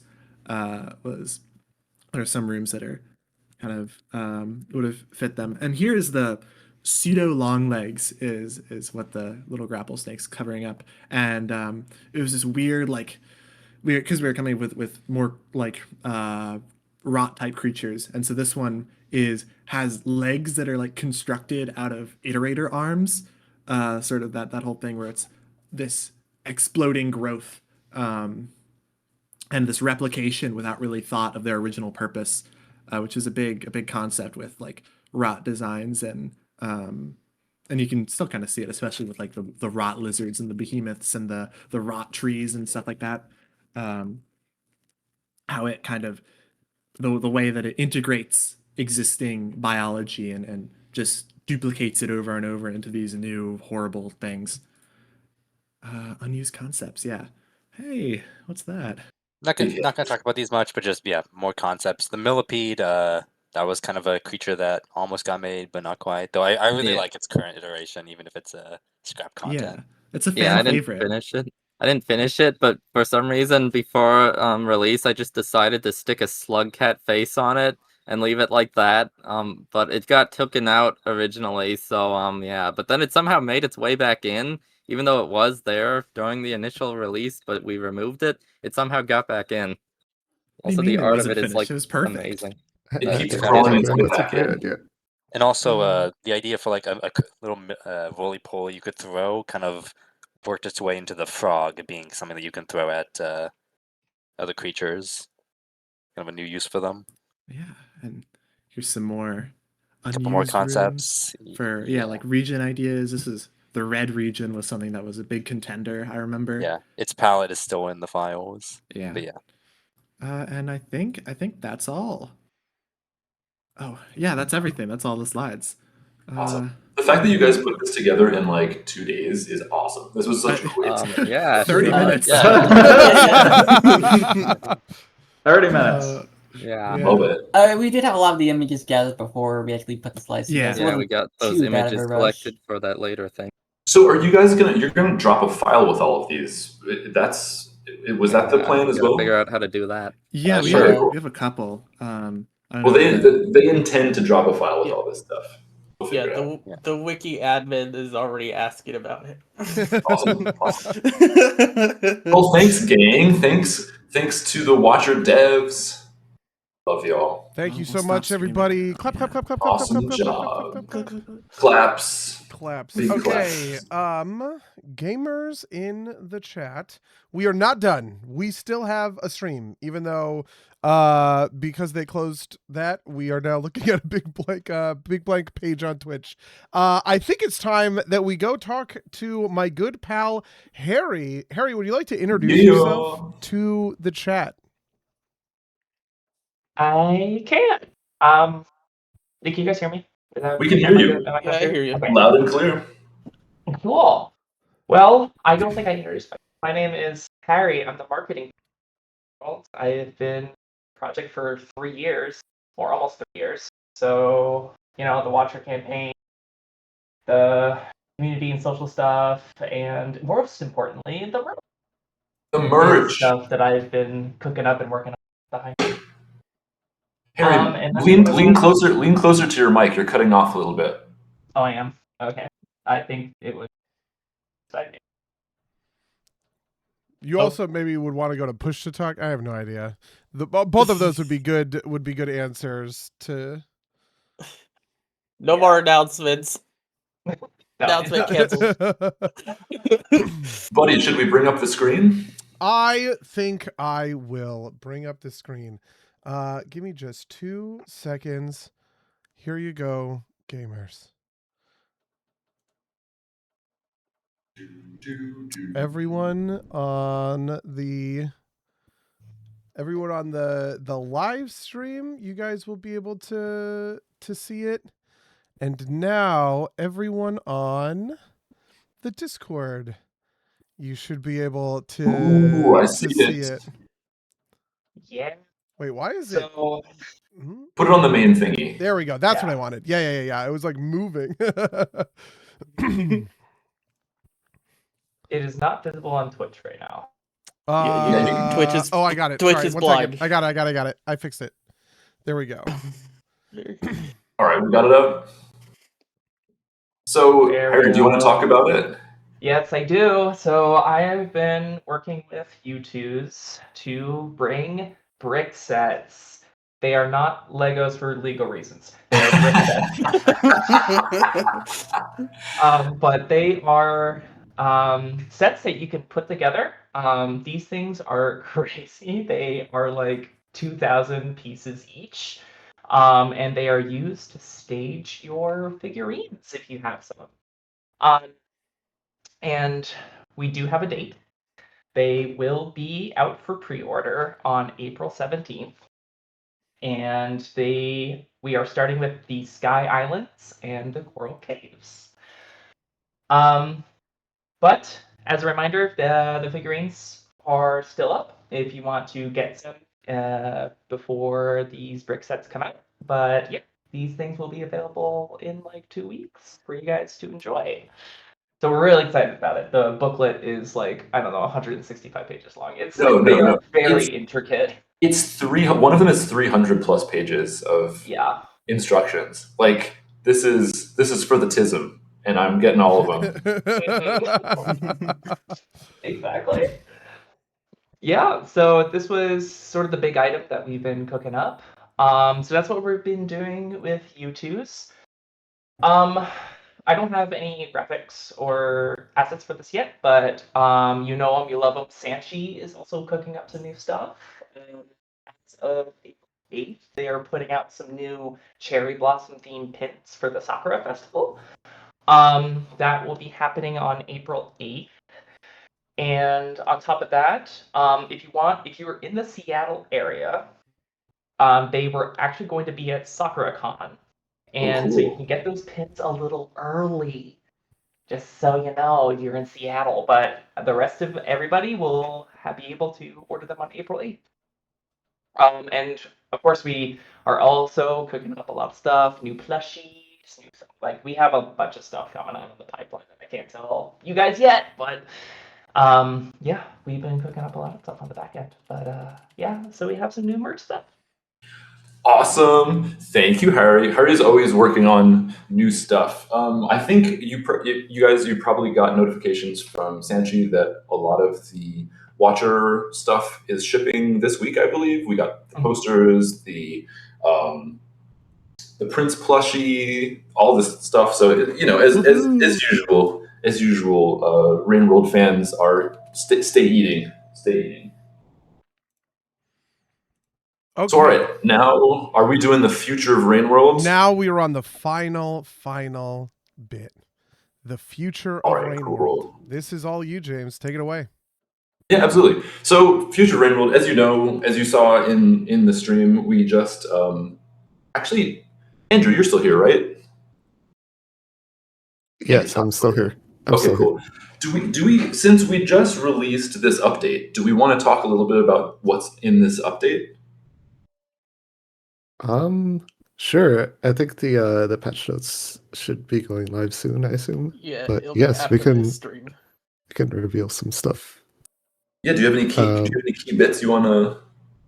Yeah, I think the biggest one that people would be interested in is we now have a Safari mode for the Watcher campaign. Which is the big one. That's a huge one. It's the big one. It's the big update. And this was some effort because these creatures do not be moving easily. So yeah, I did most of the controls, and compared to like lizards where you can just hold it in a direction and they'll move there, you get a creature like boxworms where they like put their head on the ground and then their back on the ground and move like an actual worm. The controls were pretty interesting to figure out. Yeah, shout out to Bro. He did a lot of work for this. Can we get a thanks, Bro, in the chat? There we go. Love it. Yeah, any other big ones? I mean, there's, as some of you've seen these little clips, there's some new creatures, some new variations of things. There's some new mechanics that you'll all have to explore. It's not like, other than the Safari mode, it's not like a huge amount of content, but it adds a layer of polish that I think was very necessary, as well as an insane amount of bug fixes, right? Yeah, it's a big, I would say, quality of life update to the game. That's a polish.